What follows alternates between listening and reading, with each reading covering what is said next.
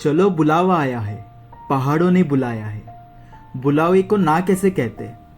Kasara local से मंडली चल पड़ी थी हरिश्चंद्रगढ़ की ओर। कसारा से बाय रोड पहुंचे पाचनई भास्कर दादा के घर। गरम चाय के प्याले रिझा के अंधेरे में ही ये टोली आगे बढ़ी।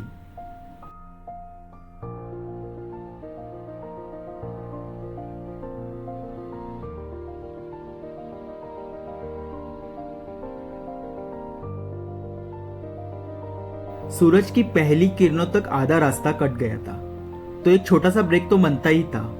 बिस्किट के मीठे क्रीम के साथ दिन की शुरुआत भी मीठी हो रही थी।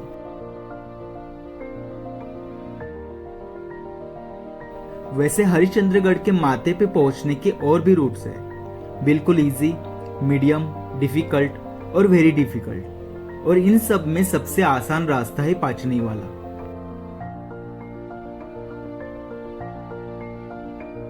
हवा के साथ बादलों की पकड़ा पकड़ी चल रही थी। मॉनसून का आगाज था, तो मौसम भी खिलखिला रहा था। ऐसे में हमारी लड़कियां परियां ना बन जाए तो ताज्जुब की बात होगी।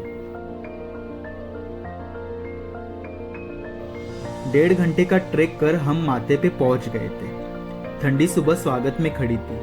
अंदाजा था इसका, कोई भी मौसम में आप यहाँ आओ, यहाँ का नजारा अलग और सरप्राइजिंग होता है। कई कारण है इसके स्पेशल होने के, इसीलिए तो इसे ट्रेकर्स की पंडरी कहा जाता है। जो यहाँ एक बार आता है वो यहाँ बार बार आता है। रूट्स अलग अलग है तो यहाँ आने के बहाने भी मिल जाते हैं। अलग अलग मौसम के और अलग बहाने भी बन जाते हैं।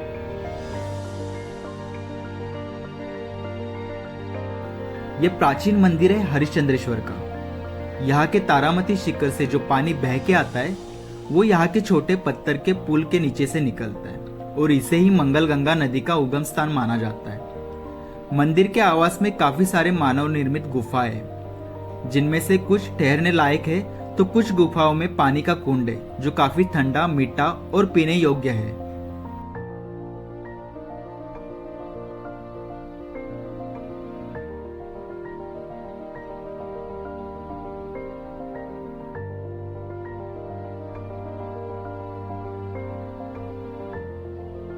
ऐसा कहा जाता है कि मंदिर के पीछे जो गुफा है उसमें चांगदेव ऋषि ने 1400 साल तप किया था।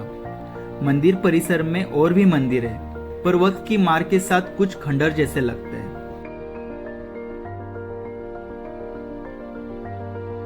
हरिश्चंद्रेश्वर मंदिर से थोड़ा नीचे की तरफ केदारेश्वर गुफा नजर आती है। इसके अंदर दिखाई देता है पानी में ध्यानस्थ एक विशाल शिवलिंग। इसके चारों तरफ 4 स्तंभ नजर आते हैं, जिसमें से एक ही स्तंभ टिका हुआ है। इन्हें चारों योगों का प्रतीक माना जाता है।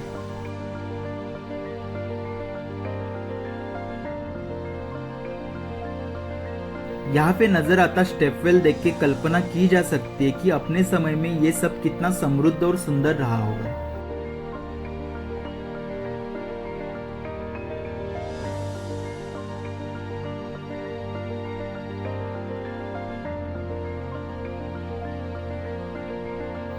यहाँ से 15 मिनट की दूरी पे आप पहुंच जाते हो हरिश्चंद्रगढ़ के सबसे मुख्य आकर्षण कोकन कड़ा पे। लगभग आधे किलोमीटर गोलार्ध का ये क्लिप एकमेव होगा।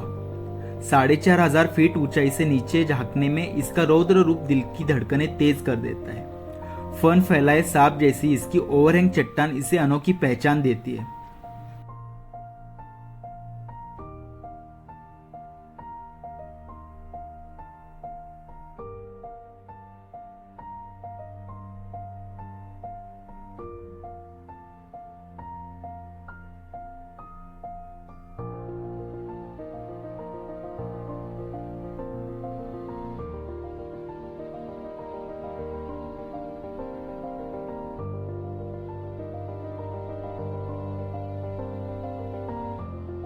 यहाँ बहती तेज हवा मानो बहती है आपका झंडा लहराने के लिए। यहाँ आवाजें गूंज उठती है, जय शिवराय की, जय हिंद की।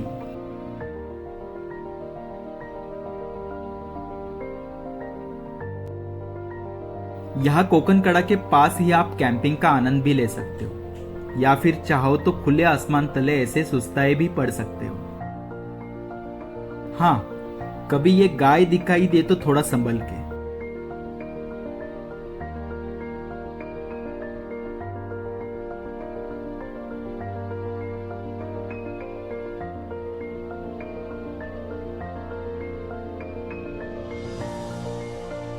यहाँ पे कुछ खास लोग भी रहते हैं जो आपका खास ख्याल रखते हैं। चूल्हे पे बने खाने को ऐसी जगह चखने का अपना अलग ही मजा है।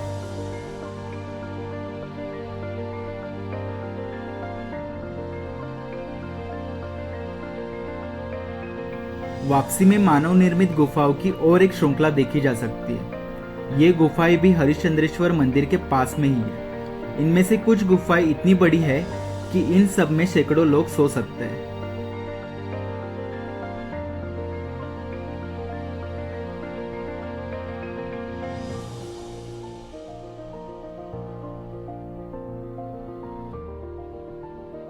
इनमें से एक गुफा में गणेश भगवान की एक विशाल प्रतिमा है।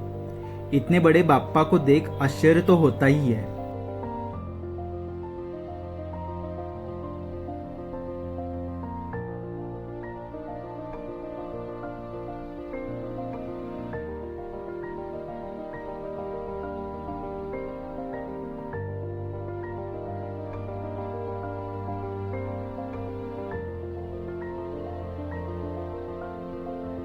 हरिश्चंद्रगढ़ कोई साधारण पर्वत नहीं है। इसका विस्तार इतना बड़ा है कि इसे पूरा देखने के लिए साधारण 2 दिन देने पड़ते हैं। इस बार हम भी चूक गए बाली किला और तारामती शिखर देखने से।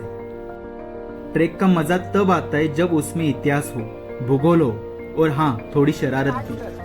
सो गया ये गधा, सो गया वो गधा, सो गई ये सारी बकरियां, ये सारी बकरियां, सो गया है कुत्ता। Wow wow.